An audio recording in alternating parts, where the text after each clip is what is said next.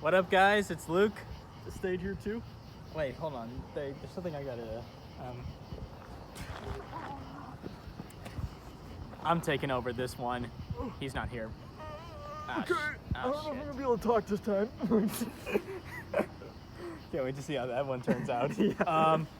So we just got finished watching the newest Indiana Jones film, Indiana Jones and the Dial of Destiny, which is the first Indiana Jones film not to be directed by Spielberg.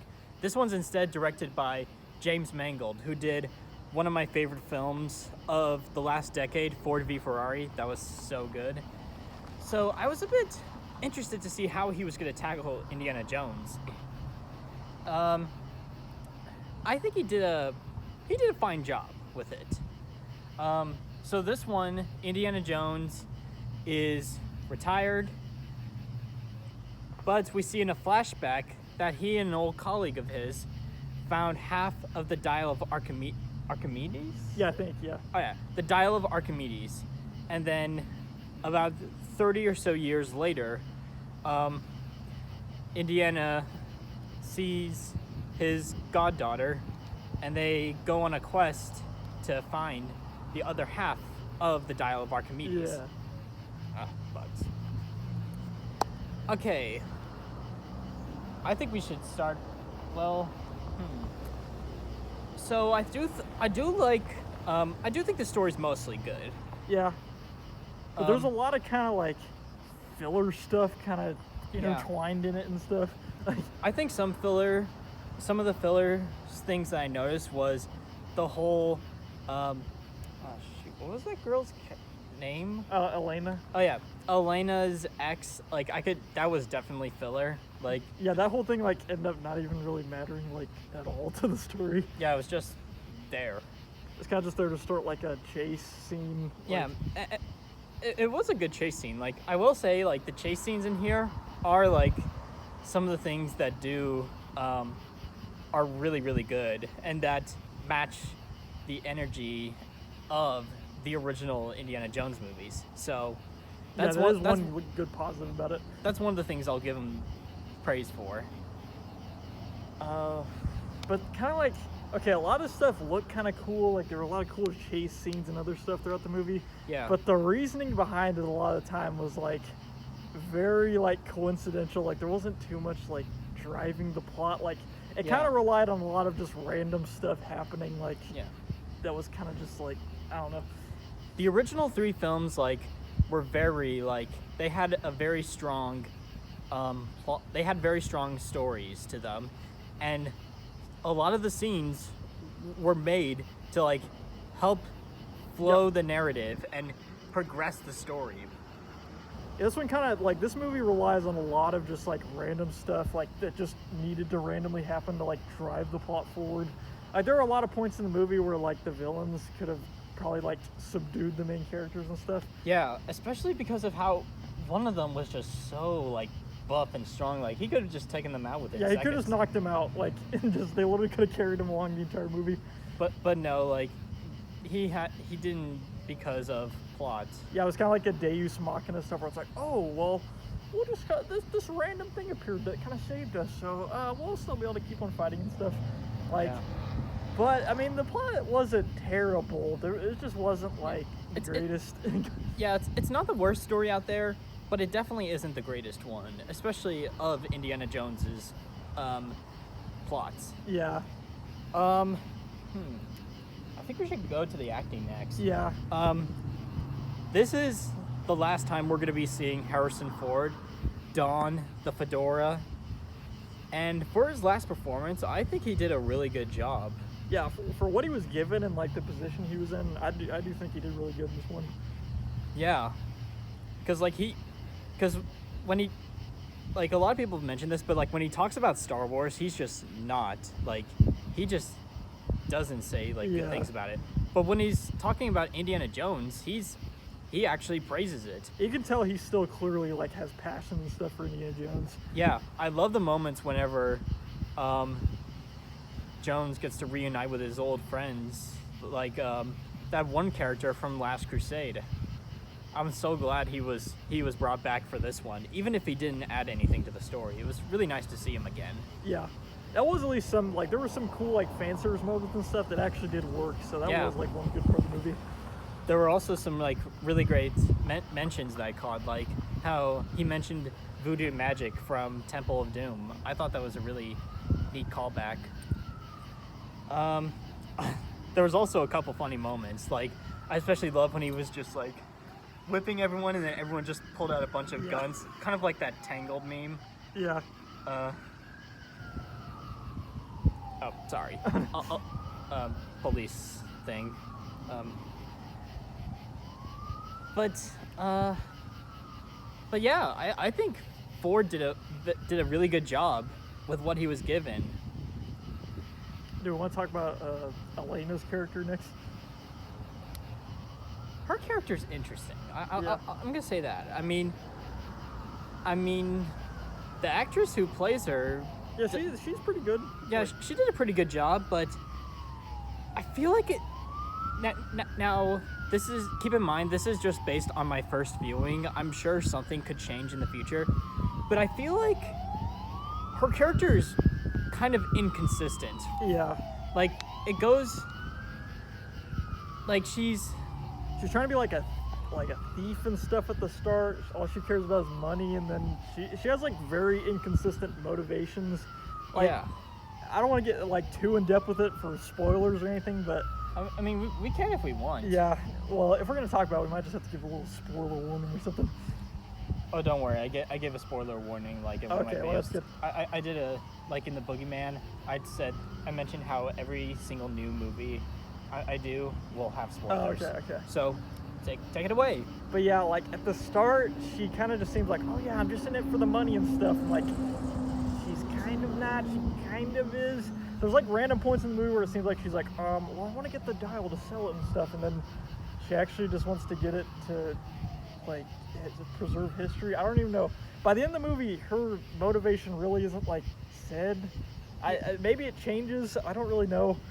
And kind of at the start of the movie, she seemed like very annoying at the start. She seemed a little bit better at the end, but I don't know. Especially when she was trying to like tell Indy to stay. I think she really sold that moment. Yeah, I thought that was good. Like, she seemed very good by the end of the film, but like at the start, she seemed like, I don't know if she was supposed to be kind of annoying and like a foil to Indiana Jones or something, but then she kind of wasn't. She kind of helped him out, kind of didn't. I don't know. She just didn't really have like a consistent character. Like, I think they tried to do too many things with her at once. Yeah. That could be contributed to possibly the writing. That's a possibility. Yeah, because I think at the start she was kind of trying to be almost like an anti-hero or something, but she kind of turned into a hero at the end, but I don't know if that was like intended or not. Like, I don't know. Yeah. It just seemed very inconsistent.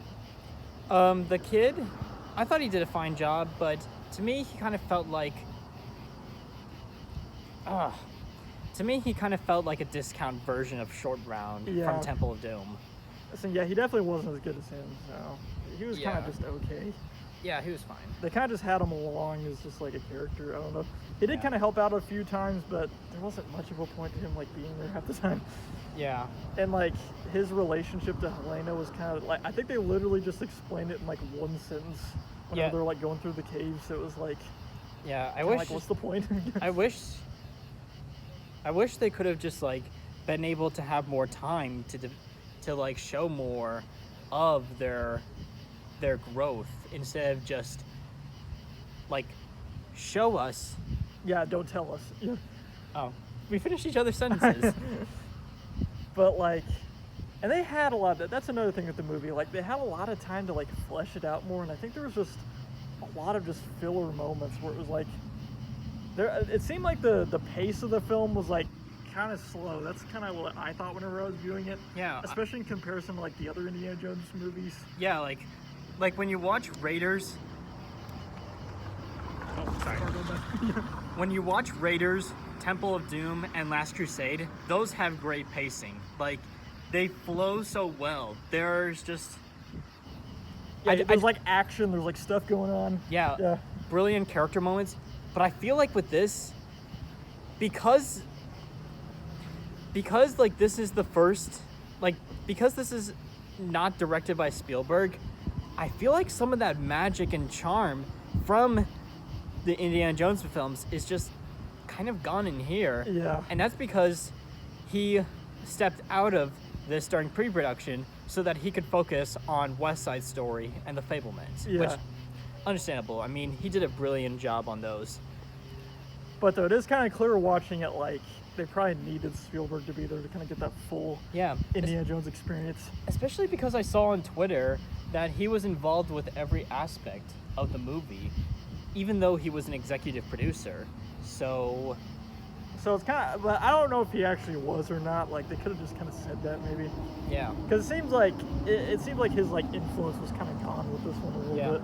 Also, George Lucas was like, also an executive on this. I haven't seen much of him like for a long time. Yeah, he hasn't really been doing much since, like, the prequels and stuff. Yeah, he hasn't directed a film since the prequels. Yeah. I think we should talk about some of the cinematography, like, because there are some things I do have to say about it, especially coming from like a director myself. When you look at both the original Indiana Jones films, I haven't seen Kingdom of the Crystal Skull yet, I'm sorry, but there's just like, Spielberg does this thing where there's some very harsh and dark shadows that he does, whether it's in a dark area or sometimes in the day. It looks so great. Like, the lighting in the original trilogy is just beautiful. It's one of the most well-shot action films of all time. But here, we don't really get it much. It's just like, it feels like when it's daytime, it feels so saturated. Yeah. There's nothing wrong with saturation. There are some really good vivid colors in the original films, but here I just feel like, and this is something that's happening in a lot of modern big budget blockbusters, that there's just not much, Like, with the saturation of the color, like, there's not much color. yeah, we also don't get beautiful like shadows. Like, it's also something other filmmakers have done, like Sam Raimi with his Spider-Man films. Yeah, the cinematography, I would say, is like, it's just not really as good as the, like I think that's what we're kind of getting to. I mean, there are some like really good shots, like especially like during some of the chase scenes, and Yeah. like when they're inside the temple trying to find, or like,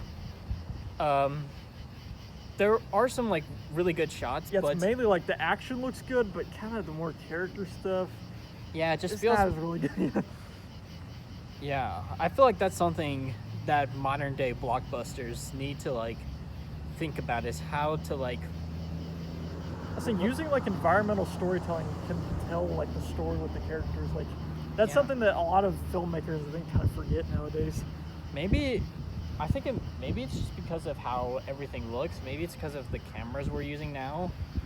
I don't know. It's just, again, some of that magic is gone. Yeah, I in feel like this. it could have been there. Spielberg was kind of like the full-on director with the movie. Yeah.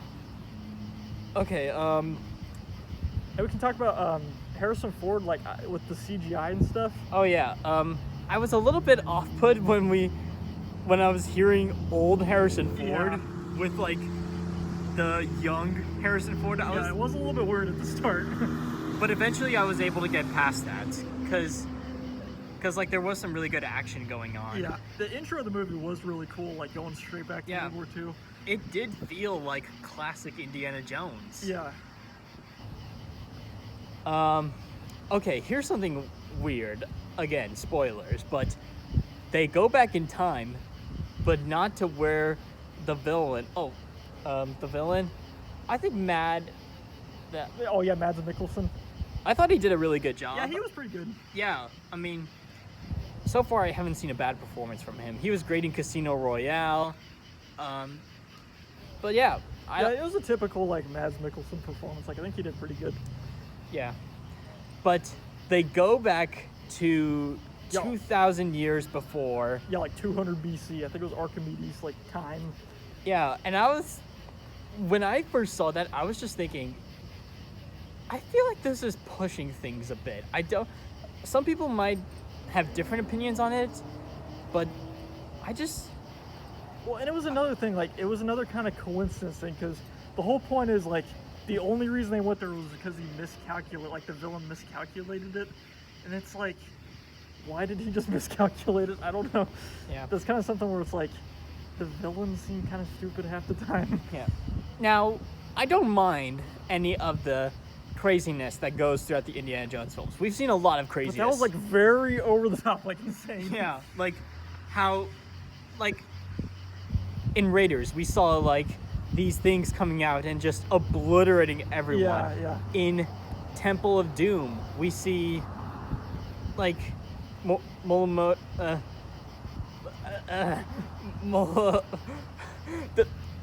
freaking villain, the villain that rips out the hearts.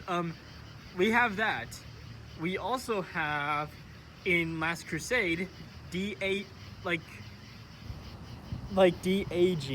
or like just the Holy Grail. Oh yeah.